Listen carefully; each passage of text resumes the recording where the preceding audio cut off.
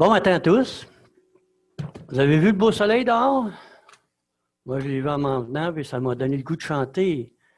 Oh, quel beau soleil dans mon âme! Il éclaire, illumine tout. Par ses rayons, mon cœur s'enflamme et je vais chantant partout. Voilà.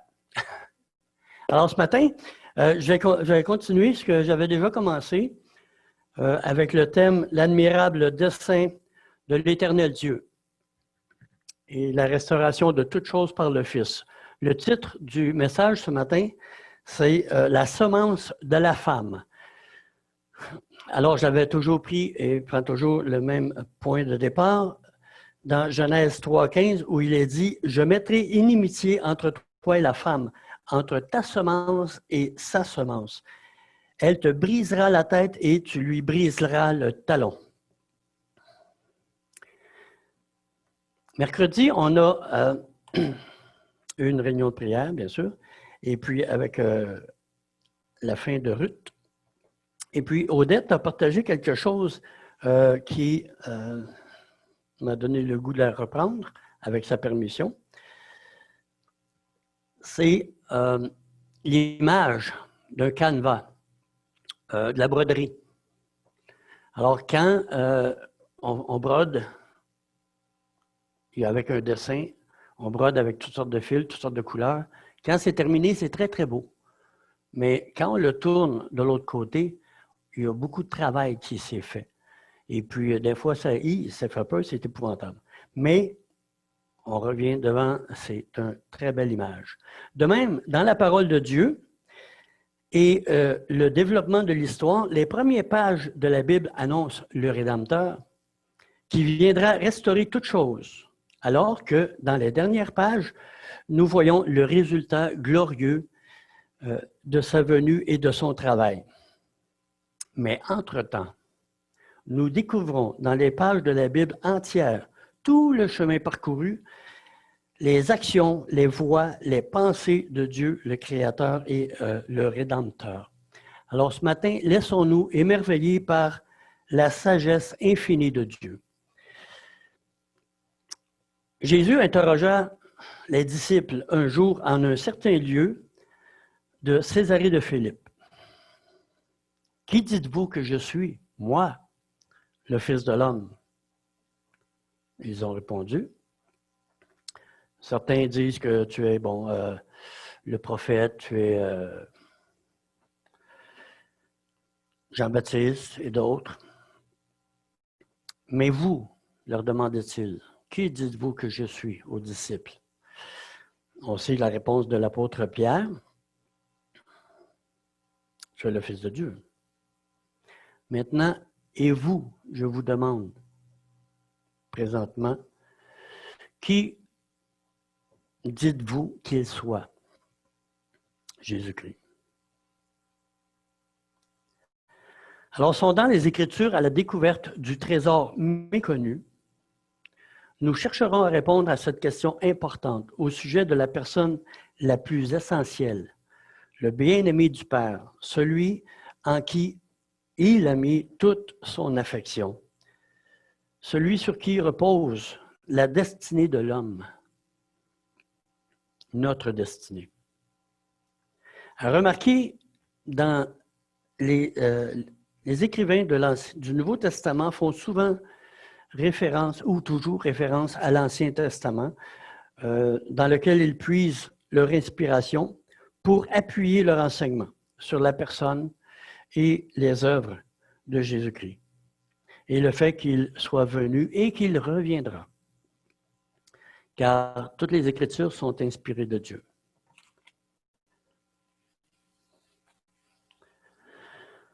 Jésus a dit un jour aux Juifs, « Vous sondez les Écritures parce que vous pensez avoir en elles la vie éternelle. Ce sont elles qui rendent témoignage de moi. » En Jean 5, 39. Alors, la semence de la femme.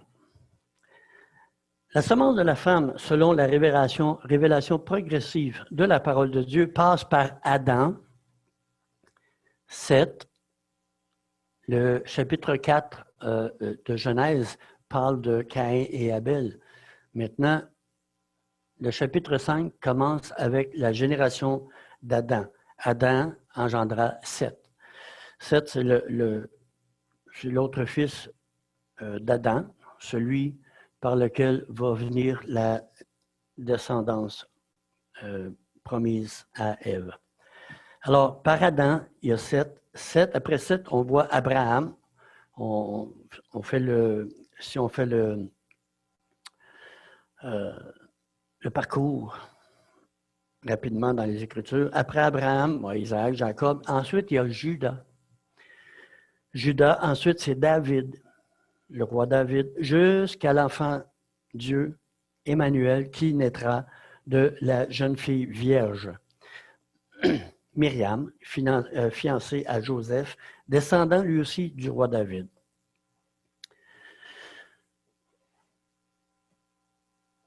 Dans l'Évangile de Matthieu, le Seigneur Jésus s'adresse aux Juifs ainsi. « Ne croyez pas que je sois venu abolir la loi et les prophètes. Je suis venu non pour abolir, mais pour accomplir. Rappelons-nous que Moïse, les prophètes et les psaumes enseignent tout ce qui concerne Jésus-Christ. Alors, quand Jésus parlait de la loi, mais pour les Juifs, la loi, c'est tous les 5 livres de Moïse. Alors, on va le retrouver là-dedans.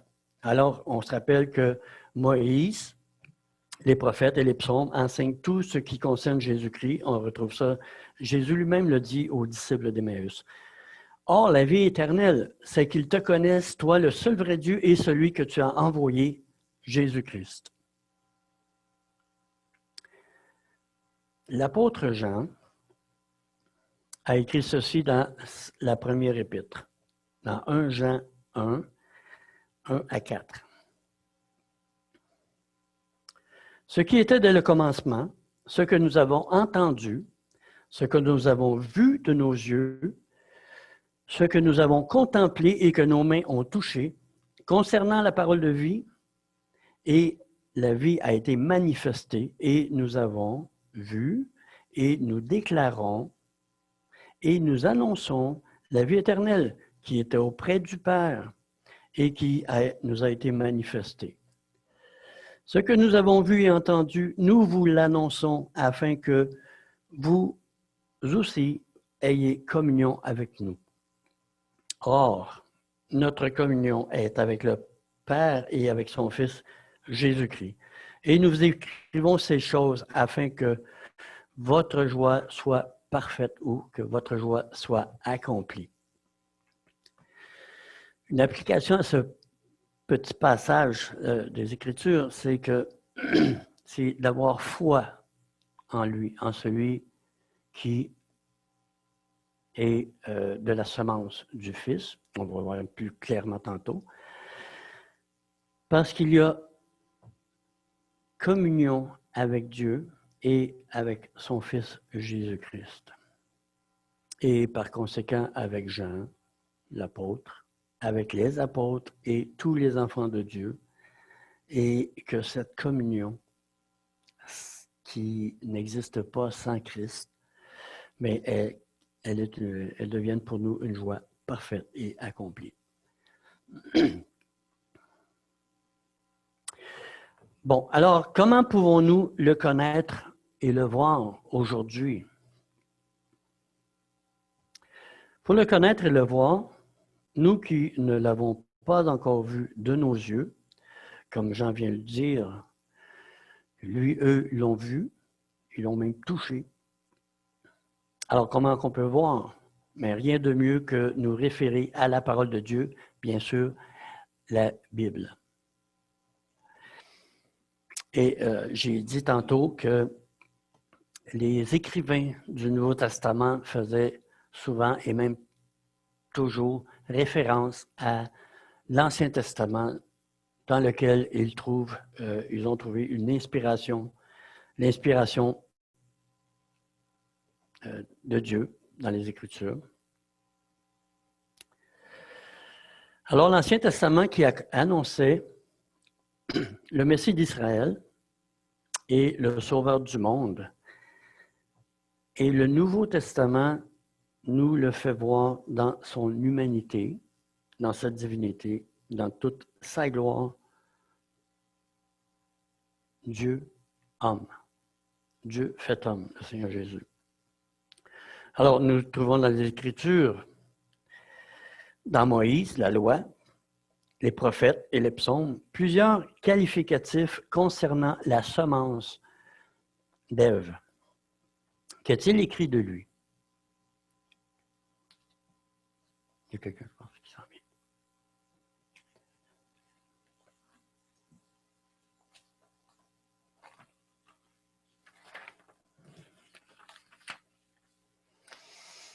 Alors, l'Ancien Testament a annoncé la venue du Messie, d'un Messie, un Rédempteur, qui délivrerait son peuple de ses péchés et de ses ennemis. Luc 24, 21. Tout d'abord, nous lisons 4 prophéties messianiques s'ouvrant par la préposition « voici ».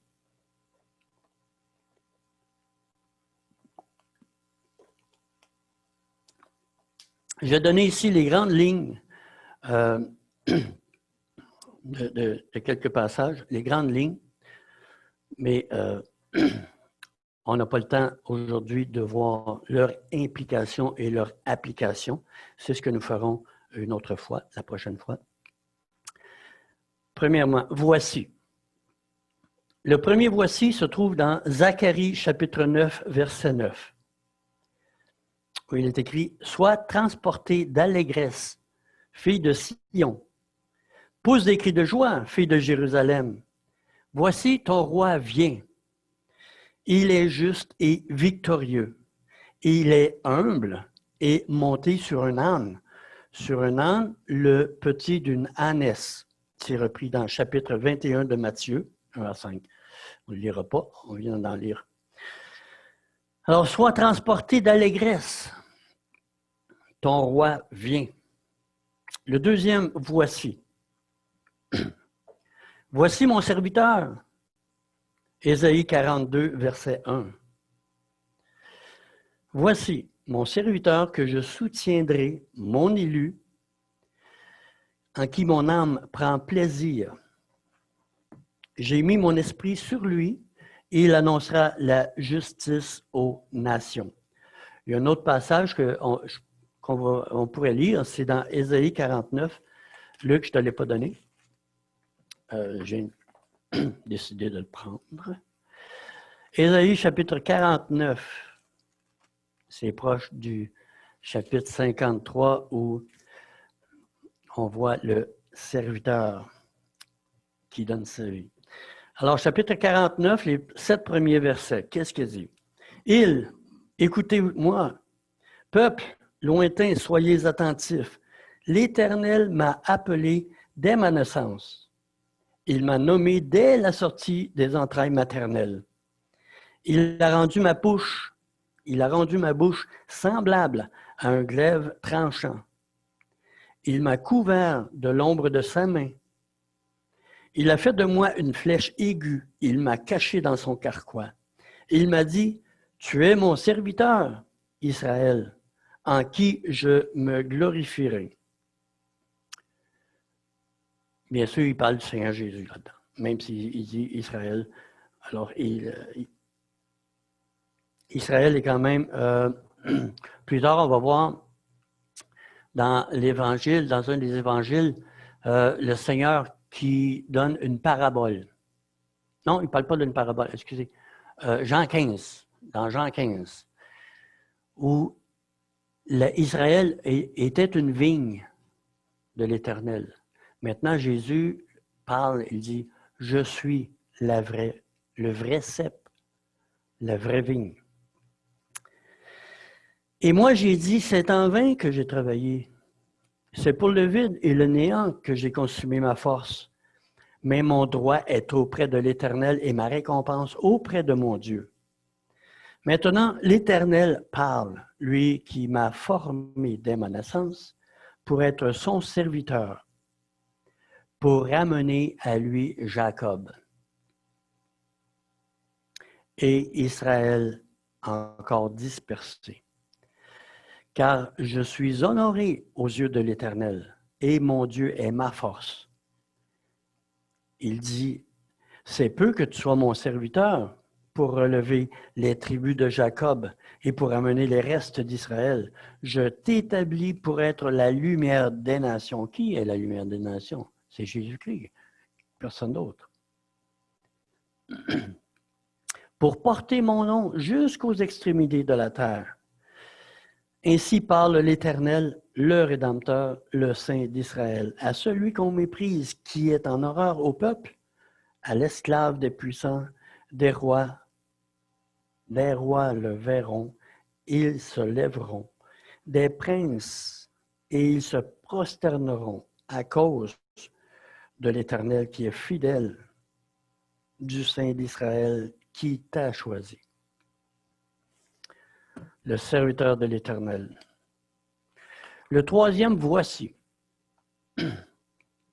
Psaume 40, verset 8, pardon. Alors je dis, voici, je viens avec le rouleau du livre écrit pour moi. Je veux faire ta volonté, mon Dieu, et ta loi est au fond de mon cœur. Ce texte, une partie du texte est reprise dans Hébreux 10, versets 5 à 9. Le quatrième, voici. Voici votre Dieu. Ésaïe 40, verset 9. On met de l'enthousiasme. Monte sur une haute montagne, Sion, pour publier la bonne nouvelle. Élève avec force ta voix, Jérusalem, pour publier la bonne nouvelle. Élève-toi, ne crains point. Dis aux villes de Juda, voici ton Dieu. Ésaïe 40, verset 9. Ça, c'est le passage d'Ésaïe 40 dans lequel Handel, Georges Frédéric Handel, a composé le Messie de Handel. C'est vraiment super. 4, voici. Voici ton roi, voici mon serviteur, voici l'homme, voici votre Dieu. Qui dites-vous que je suis? Le Messie devait être à la fois, devait avoir à la fois les attributs de roi, serviteur, fils de l'homme et Dieu. Ce que confirment 4 autres citations de l'Ancien Testament présentant Christ comme étant le germe. Les noms germe, semence, postérité, descendance et lignage sont tous synonymes. Le titre germe est aussi un titre messianique, germe. Premier germe. Première mention de germe.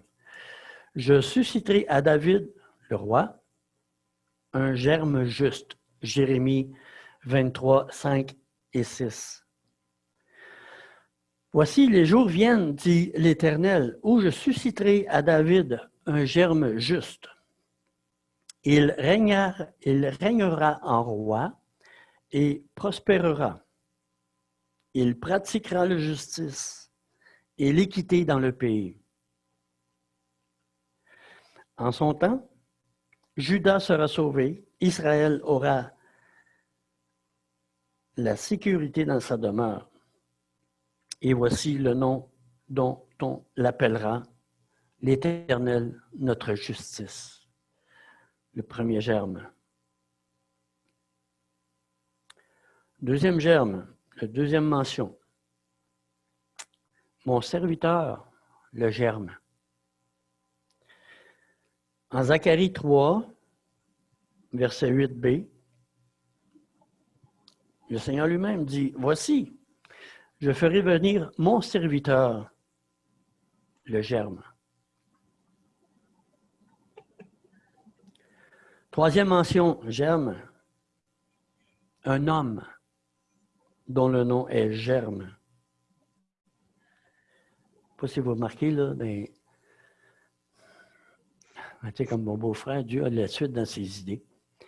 C'est vraiment spécial. Alors, un homme dont le nom est Germe, Zacharie, chapitre 6, versets 12 et 13. Ainsi parle l'Éternel des armées, voici un homme dont le nom est Germe, germera en son lieu et bâtira le temple de l'Éternel. Il bâtira le temple de l'Éternel. Il portera les insignes de la majesté. Il s'assiera et dominera sur son trône. Un homme. Il sera sacrificateur sur son trône et une parfaite union régnera entre l'un et l'autre.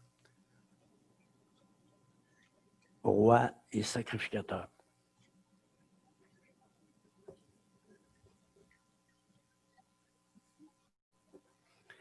Quatrième germe.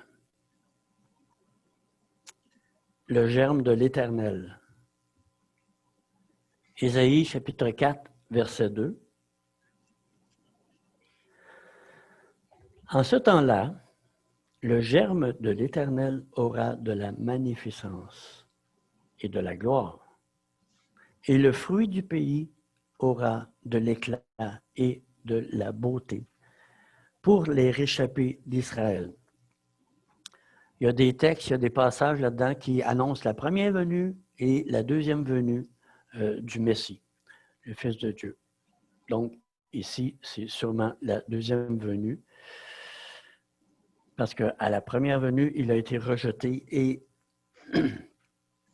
il n'a pas... il n'est pas devenu le roi qui doit régner sur la terre. Et dans sa deuxième venue, mais il va régner, mais aussi l'Éternel va être là, présent. C'est lui. En ce temps-là, le germe de l'Éternel aura de la magnificence et de la gloire. Et le fruit du pays aura de l'éclat. Ça, c'est tout un encouragement pour Israël aussi. Trouves-tu?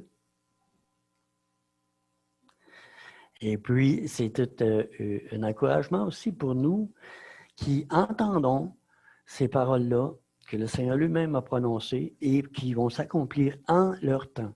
On a des temps difficiles ces temps-ci, mais on les met de côté. On est dedans quand même, là, mais on va aller plus vers une espérance. L'espérance que nous avons en tant que croyants, que la parole de Dieu, elle est vraie, elle va s'accomplir en son temps totalement. Alors, nous venons de voir et lire quelques versets dans l'Ancien Testament sur quelques prophéties messianiques. Comme j'ai dit tantôt, dans les prochains, on va regarder ensemble plus profondément chacune de ces prophéties. Et puis, ça va nous aider à comprendre puis voir réellement le fondement de ces 2 fois 4 attributs.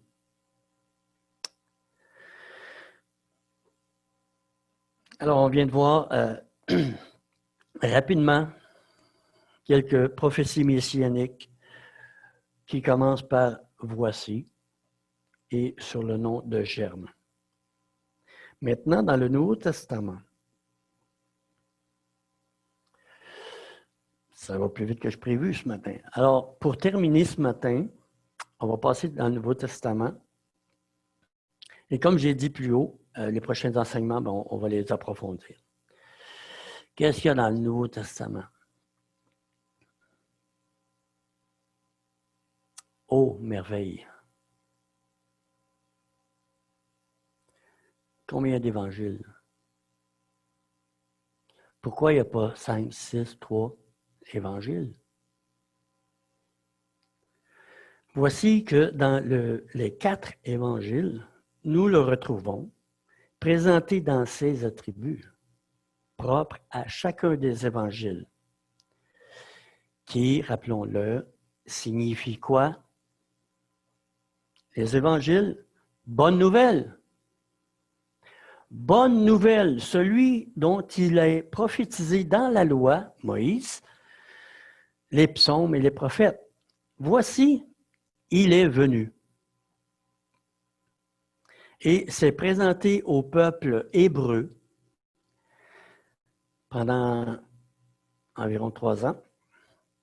Et par la suite a été annoncé aux nations par les apôtres et par ceux qui ont cru,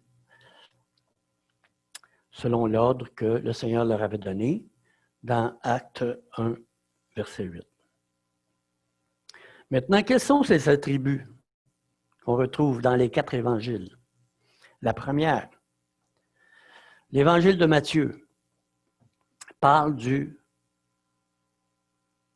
roi des Juifs, fils de David, fils d'Abraham. On retrouve ça dans le début, le premier chapitre de l'évangile de Matthieu, dans la généalogie du Messie. Le roi des Juifs.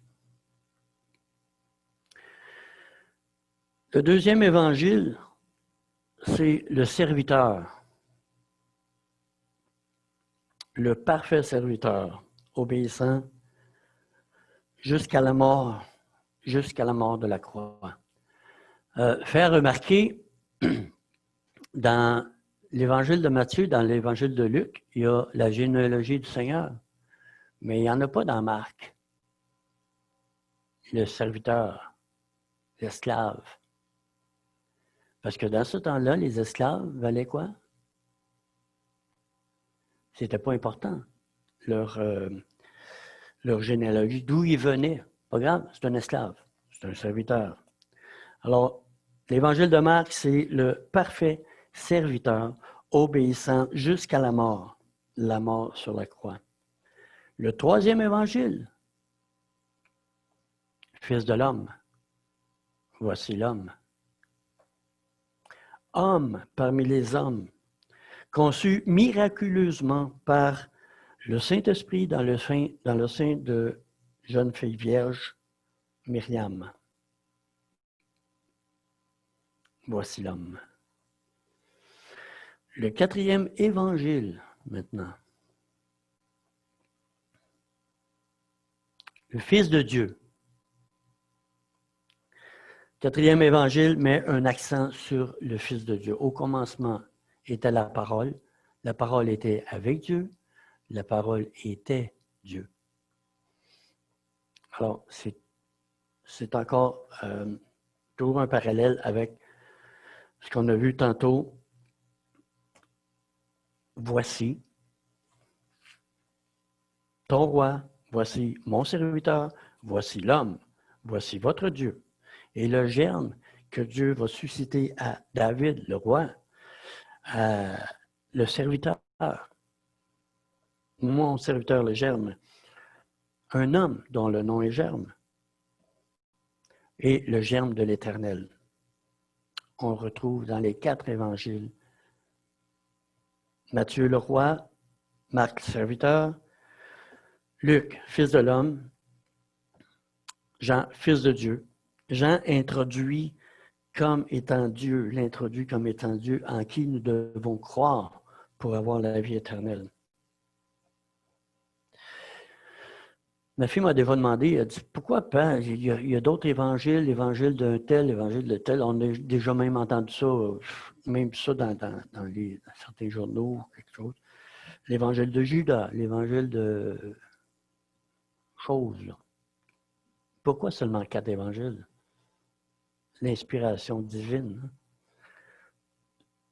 Dieu a inspiré ceux qui ont rentré les 4 évangiles dans le canon des Écritures pour une raison particulière. Ça avait un rapport avec ce que lui avait prophétisé au départ, il y a très longtemps.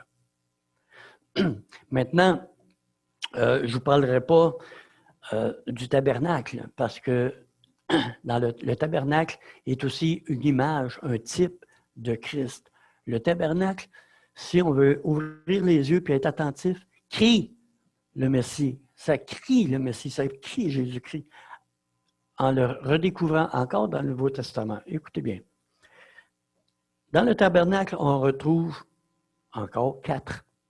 Le nombre 4, à plusieurs reprises. 4 colonnes. Quelles sont ces colonnes? Les colonnes, ce sont les 4 évangiles. On retrouve encore 4 tapis.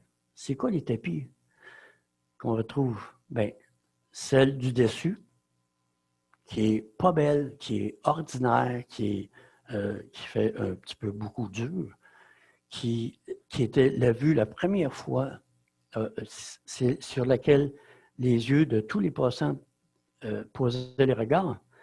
La première toile, c'est comme une toile de dauphin qui ne devenait pas belle. Mais c'est le serviteur. Puis les autres en dessous, la couleur, les tapis qui nous parlent, bon, un, son humanité. 2, du service qu'il va accomplir. Le troisième, c'est quoi? Sa royauté. Il parle de sa royauté. Et puis, le 4e tapis, c'est sa divinité. Puis le 4e tapis, écoutez, il était à l'intérieur du tabernacle. Le premier est à l'extérieur. C'est extraordinaire. Et puis, en plus, il y a 4 couleurs. Si on veut être attentif, la couleur du Fils de l'homme, la couleur du serviteur qui est rouge sang, la couleur du roi qui est, c'est quoi, c'est pourpre, je pense, et la couleur divine, c'est bleu. Lisez, regardez, c'est inspiré. Ça a peut-être l'air farfelu, mais c'est vraiment la vérité. C'est vraiment quelque chose de particulier que Dieu révèle au peuple. Ça, le tabernacle, c'est un... Comment il faisait? C'est une leçon d'objet, finalement, grandeur nature, qui parle de Christ, qui parle du roi, qui parle du serviteur, qui parle du Fils de l'homme et qui parle finalement du Fils de Dieu. Pour terminer, un jour, Philippe rencontra Nathanaël et lui dit, « Nous avons trouvé celui de qui Moïse a écrit dans la loi et dont les prophètes ont parlé, Jésus de Nazareth. » Nathanaël a répondu, « Peux-tu venir quelqu'un de bien de Nazareth? » Philippe a répondu, « Viens et vois. » Moi, je vous invite à venir et voir, sonder, regarder, lire, aller voir. Pourquoi Dieu dit de telles choses dans l'Ancien Testament? C'est pourquoi il annonce. Il annonce le Messie. Il annonce celui qui va détruire Satan complètement un jour, à son retour, et qu'il a vaincu à la croix.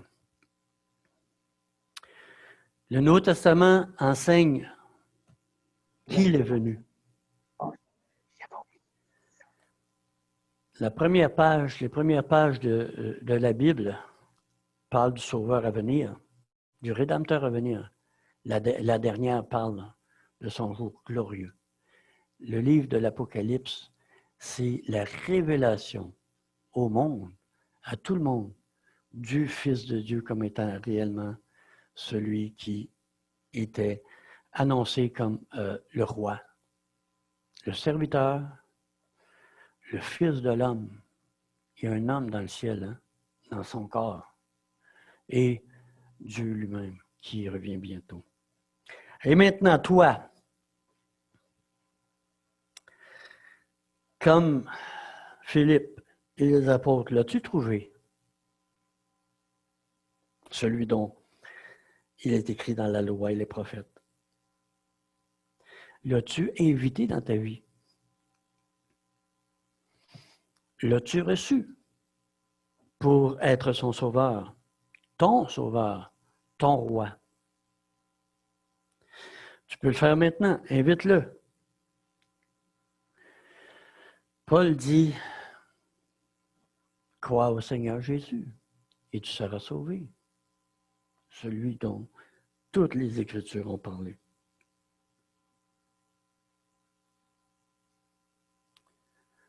Je te prie.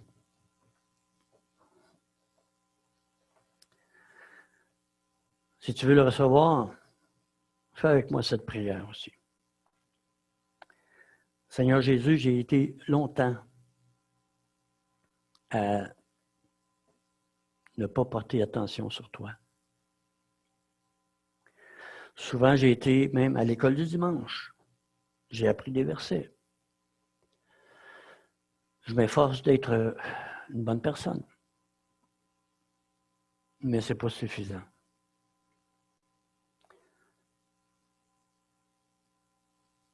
Je dois te recevoir comme mon sauveur personnel.